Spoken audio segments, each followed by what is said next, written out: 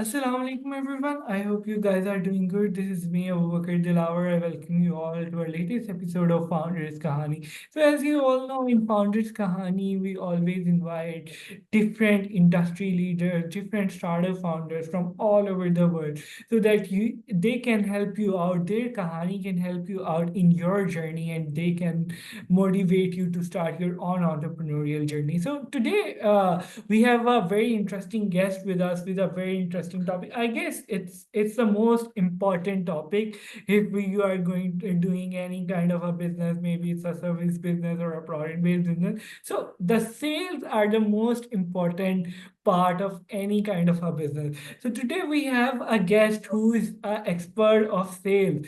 So please welcome Sharjeel Shahab. He has experience. He is an expert in B2B sales, and he's founded some of his good companies as well, and he's working with some of the major companies around the world. So how are you, Sharjeel, today? I'm good. Thank you very much, Abu Bakr, for inviting me to Founders Kahani and allowing me to share my journey to help others boost their confidence as well as give them some guidance, which I can probably add through the value that I'll be bringing in through this podcast. So thank you very much. Yeah, exactly. So this is Founders Kahani. So if I ask what Sharjeel Kahani is. My kahani started off when I was at Lums. I I was not a very bright kid at studies at that point in time, and it's not because I was not good academically. It's just that it was not my focus. My focus was to explore myself, explore my journey at Lums, because that was the platform where, as a student, you could really brush yourself up for the kind of future you want to have. And just having that thought in mind, I thought, I can graduate with a decent GPA, but my focus should be to explore who I want to be in the corporate sector, in the corporate journey, and what I want to do with my life, what kind of impact I want to bring in. And that's how I started a couple of startups. One was a food confectionery business, where I was the one who was sourcing all the raw material.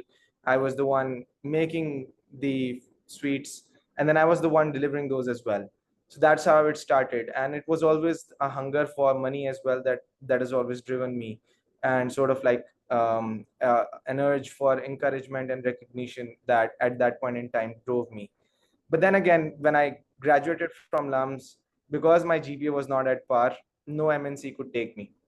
And that was when I realized I was not also cut out for the run of the mill MNCs as well. So that point in time, the tech business was booming in Pakistan back in 2018, and all of these companies, they had a lot of people coming in from call centers, and most of their sales resources were actually coming in from DGS, TRG, Mindbridge, and all other BPOs. But they wanted people with a solid background in either business or tech, and with a good grip on English language. So Texel at that point in time, it was about 120 resources. They opened their positions for sales development representatives. I joined Excel, spent a good couple of years there, learned the entire B2B lead generation and sales management pipeline. And I really honed my skills over there, starting from, reaching out to people in the US, understanding how the market operates, how do you sell your services sitting in Pakistan to a person sitting in the US who has a company with $100 million revenue. How do you make that impact? How do you position yourself in a way that it helps them understand and believe that you are a trustworthy person and they should award their project to you? So at that point in time, I was just doing it because I was the night owl. I could stay awake during the longer night shifts. So that was an advantage for me. And then obviously my grip in English language also gave me some advantage. But when I started getting the commissions and I started talking to the prospects, that's when the game changed. And I was like, I could have locked myself up in a cage if I were in an MNC, or if I was in an FMCG industry, because all I would have been doing was talking to people who would never, relate to me or my journey. But here I was talking to CEOs, CTOs, founders, co-founders with brilliant ideas from Silicon Valley, from New York, from Midwest, and I could relate to them, you know. And that's when I thought, this is where I want to be. This is what I want to do. I was good at sales. That's how I got into tech sales in the company Texel. But that's where I also realized that this is the skill that I want to really brush and polish, and this is something that I want to grow into. Then obviously I was also a part of the startup grind community from LUMS. Uh, from LUMS time, and it was a global community hosted in Silicon Valley, and they were having their event in the UK. I had no prior travel experience. I had no exposure to the foreign market. They invited me to become to host to actually attend the Startup Grind Global Conference in Europe back in 2019, and they awarded me with the Global 25 under 25 entrepreneurs working in technology sector. And I was not even an entrepreneur by the time, but because of my ventures at LUMS and because of my experience in tech sales, I got that award. I had the opportunity to share the stage with 25 people from across the globe who were under the age of 25. And that changed my life. I mean, I realized I was actually I was actually made for this. And then I moved to a product company to get an idea of what product sales look like, because at Excel I had already taken a flavor of service sales. So I joined Seven Vals. When I went there, my competitors internally were salespeople who Seven Vals had hired in the US. So there were three salespeople in the US, and then fourth one myself in Pakistan. So my competition was really people sitting in the US, selling in the US market, who are already familiar with that, born and raised in the US, very familiar with the culture. So the question was to myself, how can I beat them in their own territory, in their own, in their own arena? So I started putting in more hours, where they would make 5 dials, I would make 100. Where they would send out 50 emails, I would send 500. So I multiplied my activity by 10 folds to kind of ensure that I'm putting in more effort, learning more, and then breaking the barrier. And by the end of year 2021, I was awarded as the best sales resource at Seven Vals for hitting my quota and also topping the quota on top of whatever the guys and the women in the US closed. So things went on. I had a chance to last year, I had a chance to go to Europe to attend the Oslo Innovation Week in Norway. And I was working at another service company by the time I'd left Seven Wells. One of my friends who is a technology entrepreneur, he came back to me and he said, Sharjeel, the things that you know and the impact that you can create are much bigger than a job that you're doing right now. So he actually encouraged me to quit my job and start my entrepreneurial journey. So long story short, I came back from Europe. I turned in my resignation. I got in touch with some familiar people in the industry, asked them if they wanted sales services. And since sales is the most key component, if you're not selling, if you're not bringing in the revenue, your company would not sustain, right? You cannot pay salaries, you cannot cover the operational expenses. So I reached out to a few folks in the community and they agreed to hiring me as a consultant, onboarding me. And that's when I also realized that my impact, as my friend suggested, was way bigger than one company. I could actually impact the entire industry. And that's where I also dreamt that now is the time that I want to become the accelerants of Pakistan. So every IT company in Pakistan, I should have a stake in. I should be able to help them scale and invest globally, right? There's a $1.4 trillion outsourcing industry, and we're only closing $2.4 billion. So where is the rest of 900 billion going? So my anxiety was, why can we not close it? Why can we not bring in that outsourcing business to our country? And because I knew that sales was in me and I had that urgent drive, so I took on that challenge and founded Lemon Leads. So currently at Lemon Leads, we are a French VC backed startup. It has been funded by a French conglomerate, and we're working day in day out to help IT companies in Pakistan, particularly in Lahore currently, to kind of build their lead gen and email marketing engines. So yeah. Okay, that's really great. That's really great. So basically, your company provide like all kind of lead generation softwares or consultancy to the software companies, right? Yes, we are building a product in-house as well, because we realize that Salesforce and Grid, all of these platforms, they're hampering the activity that we want to do. And since we're all accustomed to kind of doing, um, sorry about that.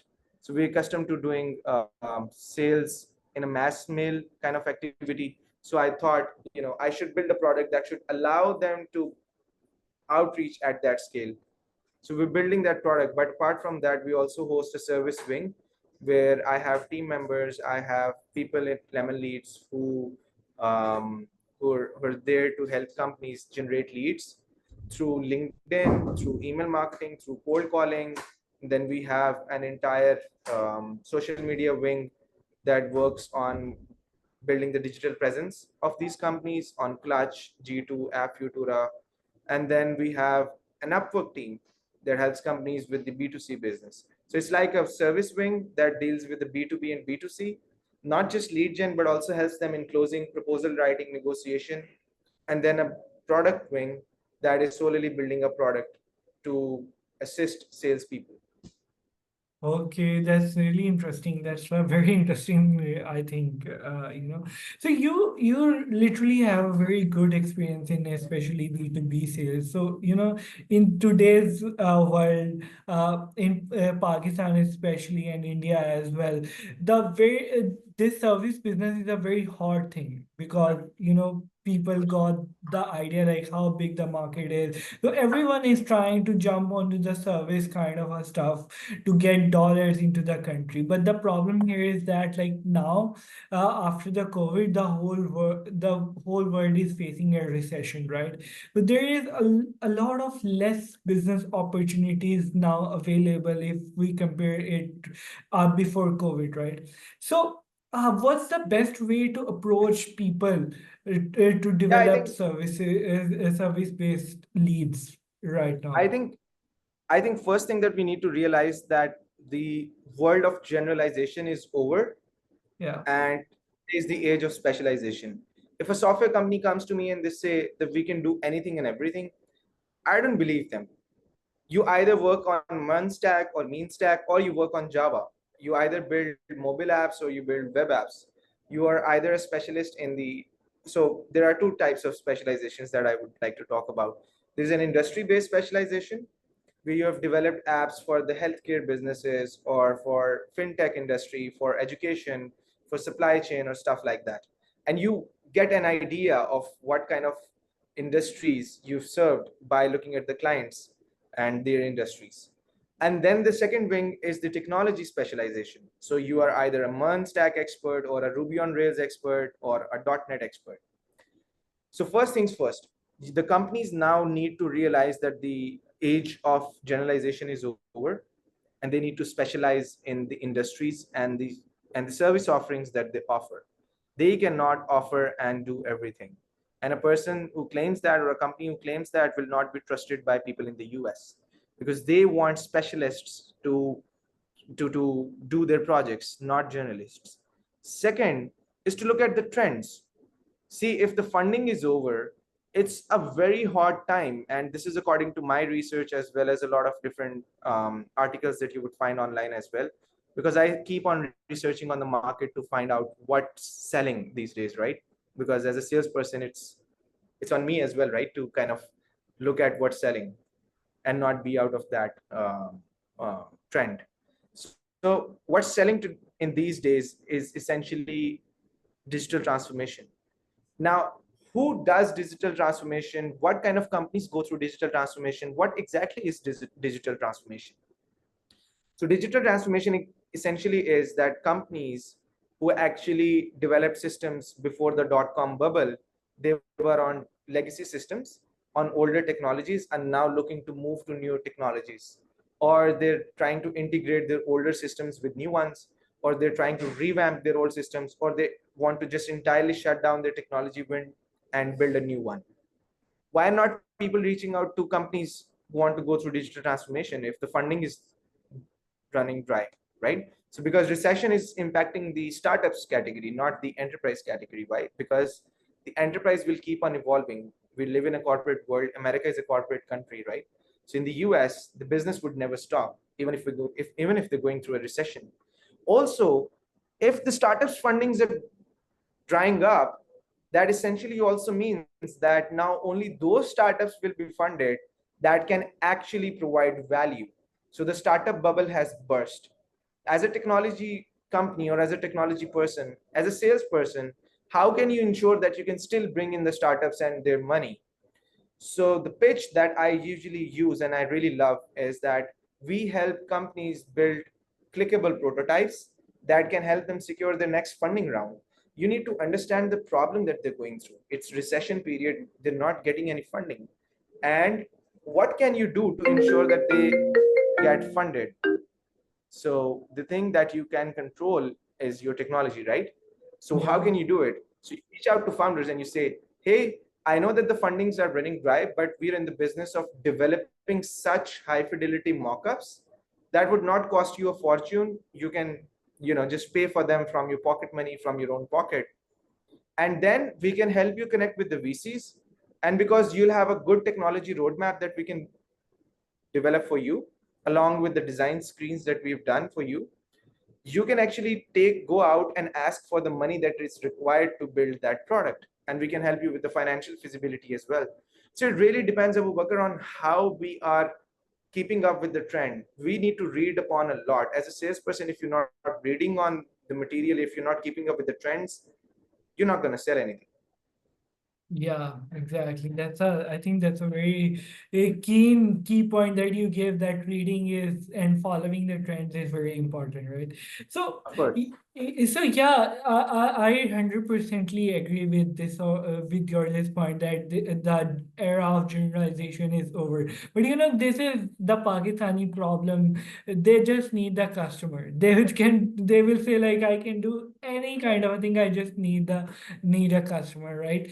So if you Yeah. talk about like MNCs and all these corporates to reach out to US, so what's the best way to reach out to them? I think I use a multi-touch approach because no one approach is the best. So there are Yeah. like multiple approaches that you should employ. The first one that I really Basically, believe, sales is hit and try, right? yes, and sales is just just get in front of your customer from Yeah. every possible channel. Yeah. If I were in the US, I would have just knocked at the doors of my prospects and asked them directly, hey buddy, you're not replying to me, what's the problem? So one thing that we really need to do is email marketing. Now with email marketing, things have changed. Yeah. You cannot write the plain, simple, bland email marketing templates like, hey, I'm selling this and that. Would you like to buy this? It's not gonna sell. Be quirky, be funny, be a little creative in your emails. Something that really clicks with them, something that can make them laugh, right? And something that's out of the box, because everyone else is writing, entire India is writing emails like, we will do this, all of this, just buy from us, just begging to get the customer. On the other hand, I write emails like, my subject lines are, my wife left me, and the template itself says, my wife left me, and now I have gotten the alimony of 500 developers, and I don't know what to do with them. Would you like to marry me through your technology wing so that I can give my developers a home, which is actually your technology department? So you see how I'm building the connection between, staff augmentation and an analogy that's, completely out of the box. And another one, I got diagnosed with wants to have a 15 minutes meeting with you, and the email template goes like, I just went to my doctor and she said, I'm currently suffering from a lack of meeting with you. So in order to cure my disease, I'd like to have a 15 minutes on meeting on your calendar, and I'd like to discuss your technology initiatives. My pulse is in your hand, so if you want me to feel alive again, just let me know whenever we can meet. Yeah, Be quirky in your, yeah, that's really, and it I shows think that's really work. good.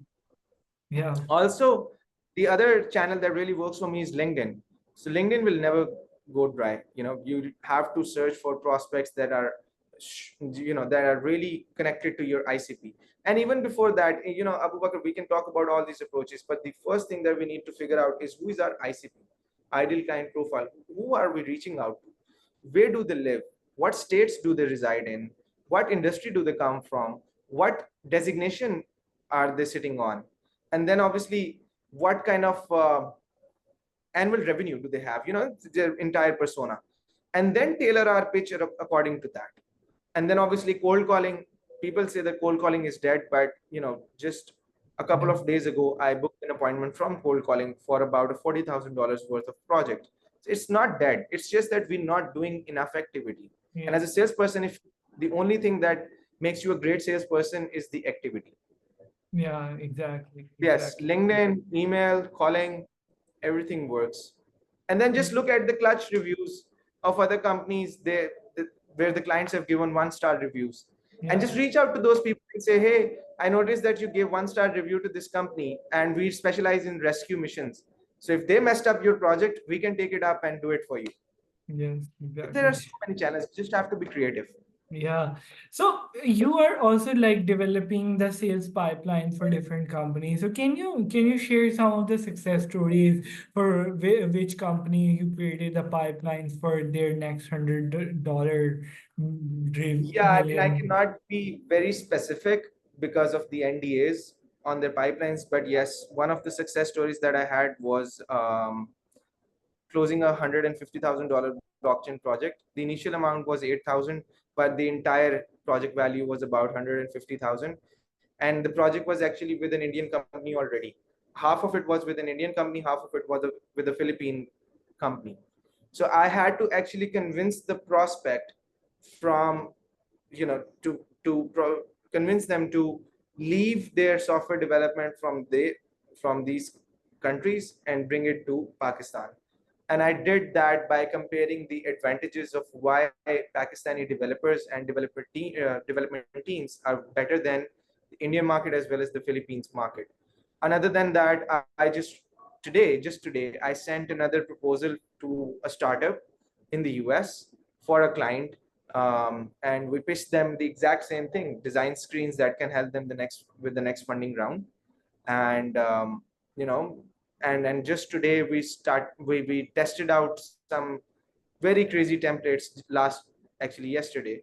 And today the email marketing team told me that the template that I wrote generated 2 warm leads. So I've been building warm leads, 40 to 50 warm leads pipeline in all the companies that I'm working with on a monthly basis. So it's like a recurring pipeline that's been building up with 300 to 400 leads up till so far, up like in the past 6 months for every company, and they're closing, and I'm helping them with the closing as well. I'm jumping on to their calls as a representative of their company, trying to negotiate, trying to convince the prospects in the US on why my team or my company is the best company to work with. Yeah, I think that's very interesting. So, like before going on a break, I have a question to ask from you. What's the best how a successful sales pipeline will look like in terms of services business? I think it really depends upon the size of the company. For bigger companies like Texel, a successful pipeline could be $4 to $5 million new revenue. But then again, there goes a lot of effort into building that. For a smaller company to begin with, a salesperson has also to ensure, and you can look at my videos on LinkedIn as well, where I've talked about this, that salespeople are doing their activities, but the companies do not invest in their digital presence. They have no profile on Clutch, they have no profile on Instagram, they have no profile on LinkedIn, no profile on App Futura. Even if they have a profile on LinkedIn, it's a dead profile. So while you or myself or other salespeople, they're doing their activities, what's the first thing that the prospect is gonna do when they receive your message? They're not gonna respond back to you. They're gonna go on Google, search, type your company's name, and look for all the relevant collateral that exists out there. And if it's not consistent with what you're selling in your pitches, they're not going to respond back to you. So I believe a successful sales pipeline is really dependent upon first building a digital presence, then having jolted down your ICP, then your messaging, then targeting through different channels, use email marketing tools. Salesforce has blacklisted their IPs in Pakistan, so people are not getting a very good response from Salesforce. But if you attach your own SMTP server with that, attach the DKIM keys, you can still reach out to 5,000 people from one Salesforce account. And imagine having 8 accounts, reaching out to 40,000 new contacts a day. It's just about the activity. And then on LinkedIn, you obviously, a good pipeline would be 3 to 5 SQLs for a decent mid-sized company. And for email marketing, it would be like 40 to 50 warm leads every month. But the bigger question is, can you do that with the kind of company presence you have right now online, right? Yeah. Because as a salesperson, I cannot go sell something that does not exist, right? It's actually unfair with salespeople to give them a company image, because most companies in Pakistan, they've evolved from Upwork, a group of tech founders, a group of techies graduated from university, got a couple of projects on Upwork, and then they thought we could develop a team, we could develop a company. But the journey from Upwork to a B2B to B2B tech company, it's entirely different. I mean, Yes. you have to invest in sales. People, what they do in Pakistan is they would invest in sales for 3 to 6 months, and then they would say, "Oh, we cannot do this anymore. It's not resulting in anything. We're still getting leads on Upwork." Sure, buddy, go ahead and do your B2C engine, but that's not any brand value. You're just a bunch of developers who are making a day wage, Yeah. right? You're not selling Exactly. your brand image. You're not selling your business.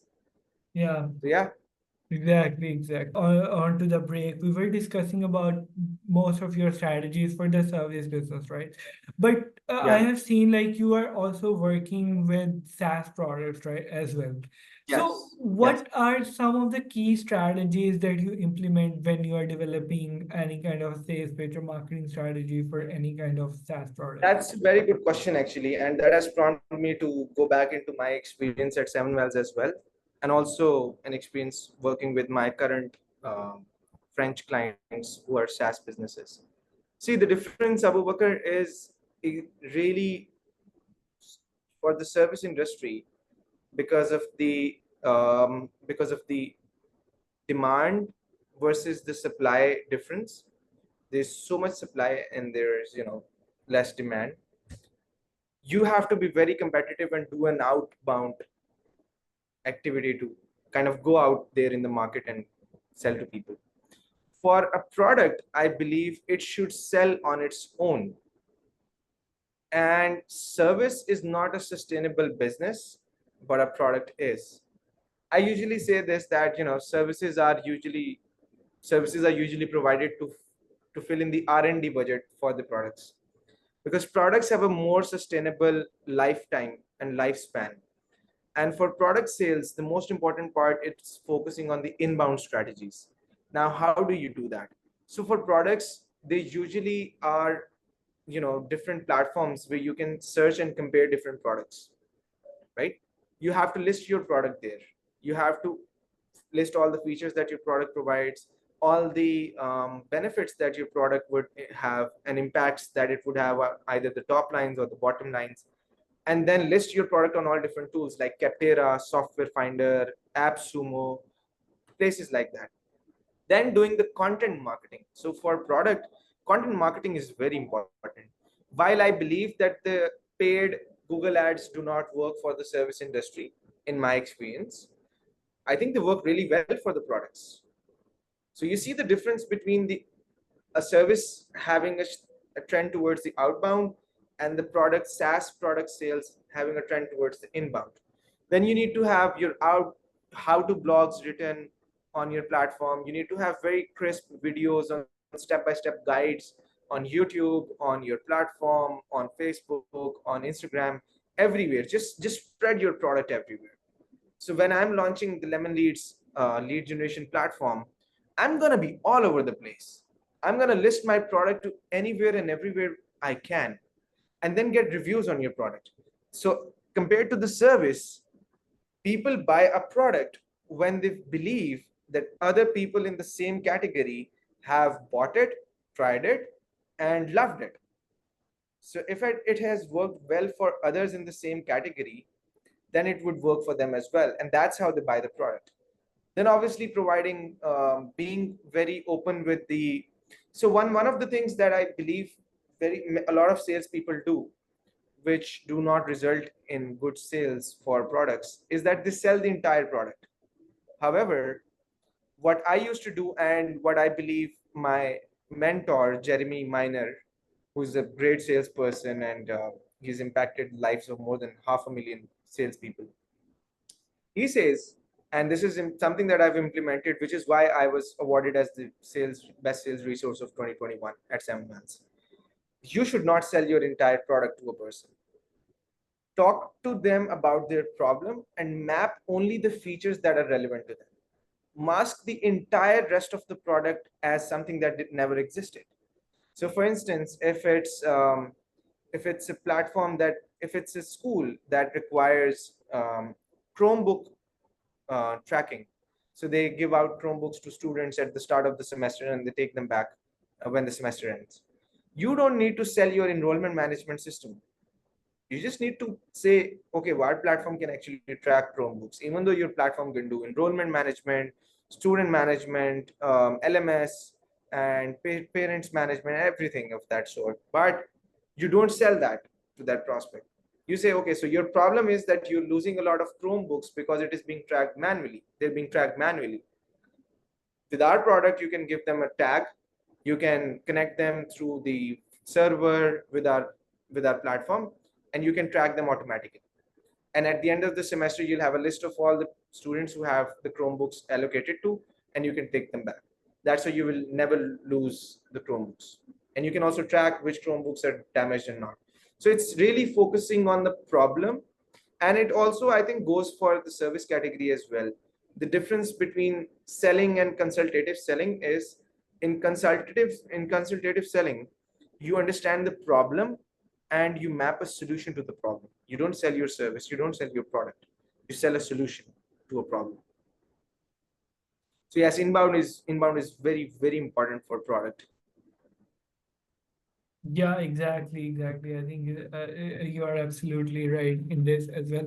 So now I have a question about a problem that I am facing right now as well, and I think most of the people who are doing sales in different regions, they are also facing the same issue. But you have the experience working in different regions as well. You have experience working in US market, and you have raised funding from European region as well, and you travel Europe as well. So I have noticed this thing. But if we are going to work with the American people, they are more flexible and they are more broader minded in working with the people of color. But Europeans are more conservative in working with the people of color, and also like Yeah, I they're a agree very different kind of to a some people. extent. So what's the best approach do you think, like if someone wants to expand their I business into think Europe? the so let me walk you through the process as well. So this is like also the industry norm, that the first person who knocks at the door of the prospect should have a European or American name, depending on the region that you're targeting, Yeah. because they would never respond to Muhammad or Sharjeel or Faizan by without even knowing us. Once you have built that trust level, once you have, you know, exchanged a couple of messages with them, then I jump in as Sharjeel as an account executive. But the first person who knocked at the door, or someone who took this first step into the door, was actually a person with a European or American name. And that unfortunately is the norm, because we still live in a society where um, um, We we're have Gora they're not very complex. open to, being, because, when so look at it from this perspective. when you're selling your tech services, you're actually solving a problem, right? And to solve a problem, somebody has to come and tell you your problem. Imagine a person with who has a white skin come to a person of color telling their problem. Wouldn't that hurt their ego? Hey Yeah. man, I'm facing this problem. Sharjeel, I'm facing this problem. I'm deep down in messed up technology architecture. My system is all over the place. I don't know where to go, where to start. Should I just leave my technology, fire my entire technology team? They would never come to you and talk about their problems because the superiority, supremacy that they have of the skin, of the color, right? So whenever I'm reaching out to people, but now since I've already built a brand of my own, and I have gotten some presence, some foot in the foreign market, especially the US and Europe, it's easier for me to target people. But for a newbie who's just starting their sales career, they go in with the name of, Ahmed, or with the name of Ali. People would still be reluctant to talk to them, even though the trend has really gone down by a large number. And I think we're in kind of like good times, better times than when I started my sales career. So people are still now more open to talking to people of color than they were pre-COVID. So I believe pre-COVID was a much uh, worse time for salespeople than it is for now, uh, for for people of these days. So yeah, starting the first message should go, the SDR's name should always be masked by the name of a US person, or you should have people in the US who are acting as BDRs.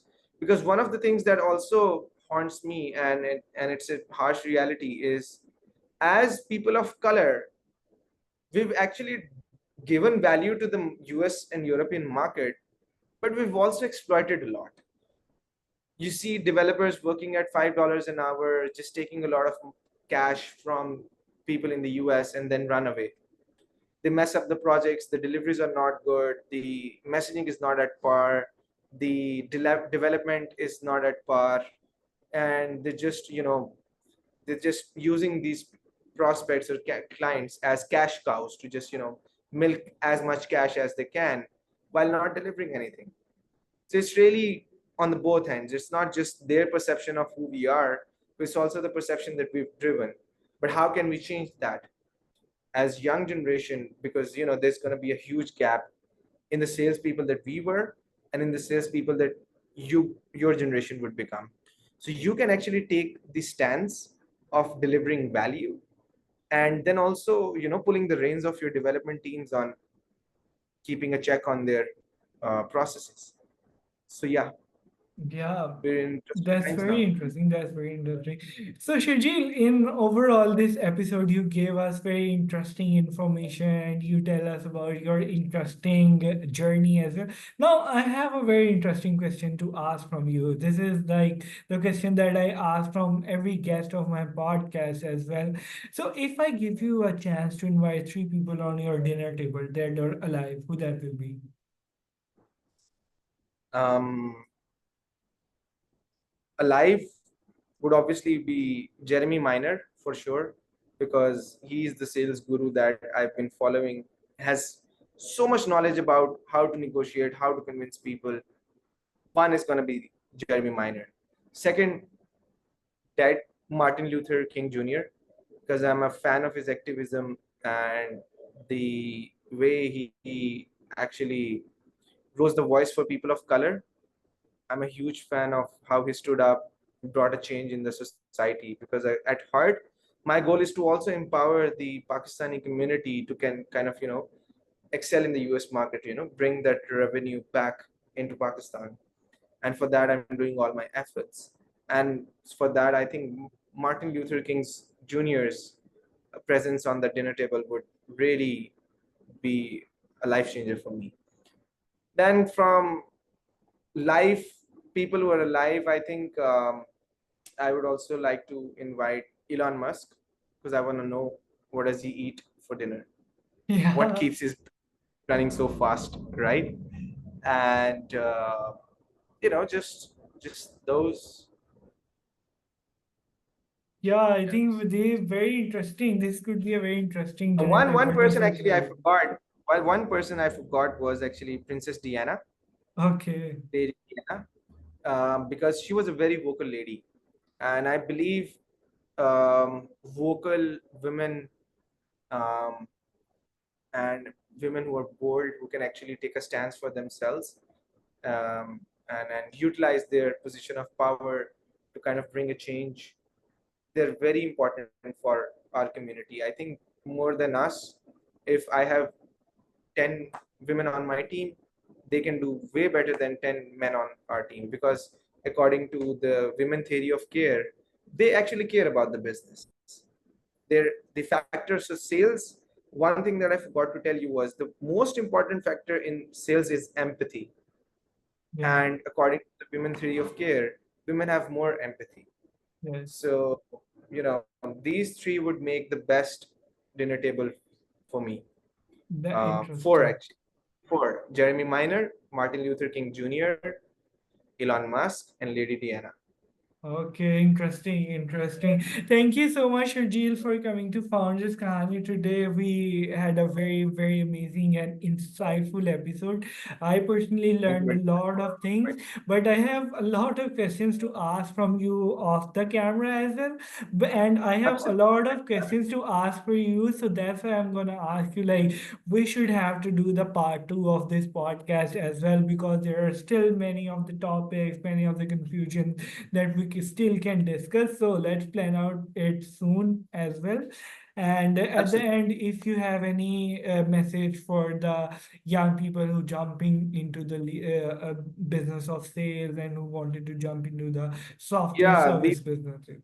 the only thing that I would like to say them is, just put in your heart and soul into it. Sales is the only job that has the highest pressure, but also has the highest return. The only job in the world that has an uncapped income is sales. You can earn so much in your commissions, turn your lives around, drive a good car, give a good life to your families. So just get into software sales, close the business, and just believe in yourselves and never back down from selling, because the moment you're not selling, someone else is selling to someone else and Yeah, they're buying exactly. from someone. Exactly. So you're not selling, someone else's. Yeah, and for this, actually, I heard a very, I heard this quote from one of my mentor, and I think it's a very interesting, especially for the Yes. salespeople.